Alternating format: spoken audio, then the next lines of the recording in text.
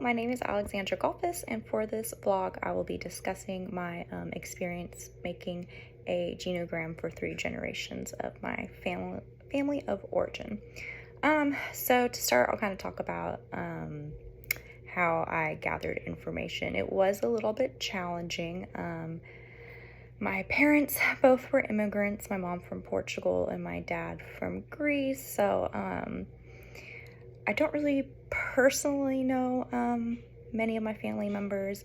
Of course, I do know of them and just kind of stories. A few years ago, we kind of got the means to start visiting them here and there. It is pretty expensive to go to the other side of the globe. So yeah, I'm still really building relationships with a lot of my distant family. So that made gathering information a little bit challenging. Yeah, another challenge was that my mom did pass away in March of 2021. So you know how that goes with moms. Most of the time, they're the ones that kind of pass down the stories and stuff. And I think that's especially true with both of my parents' cultures. My dad travels a lot for work, so it's really hard to be able to get that time with him to share those stories. I do hope to in the future. This project really made me want to get to know all my relatives a little bit more. Of course, I've always cared, but it's just like these people are not just related to me and that's why I care, but like we are for real alike. Like we don't just look alike, we may even behave similarly. Let's see. Luckily, my sister does have an ancestry.com, so that helped us gather information a lot. My sister really helped with the project. It was very nice to actually be able to sit down and talk together, especially with everything we've been through. And it was very recently. My sister was diagnosed with cancer actually a few months after my mom passed, so it has just been a crazy year and a half, but she did beat it, so I have to, give her that little shout out. But yeah, any reason to hang out and kind of talk about her family was very nice. Let's see what else. My sister did grow up in Greece as a toddler, so I feel like she also gave me some personal insight, which was helpful. Let's see. Okay, yeah, so back to the main point. Making the genogram was definitely an interesting process.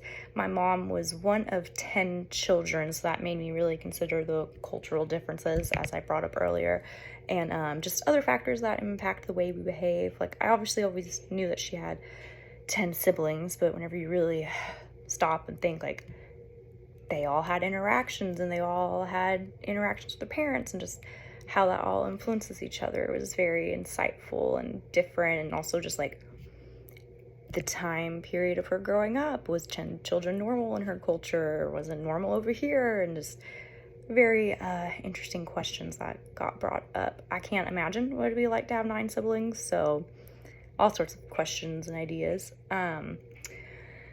So yeah, the main thing I think that I noticed that the genogram helped out with was pointing out those connections in terms of behaviors inherited. My grandpa and grandma did have, I guess, violent interaction pattern, and that stemmed from my grandpa mainly. He was doing it to my grandma and then also to their 10 children. So kind of seeing that repeated in my mom and her own relationship with my dad, it was just very insightful. It kind of helps to change your perspective of how maybe your family members behave to a more understanding and compassionate one, which is why I think it can be very helpful for processing trauma. For my personal experience, I feel a genogram is a helpful tool for giving perspective or insights on our family's collective consciousness.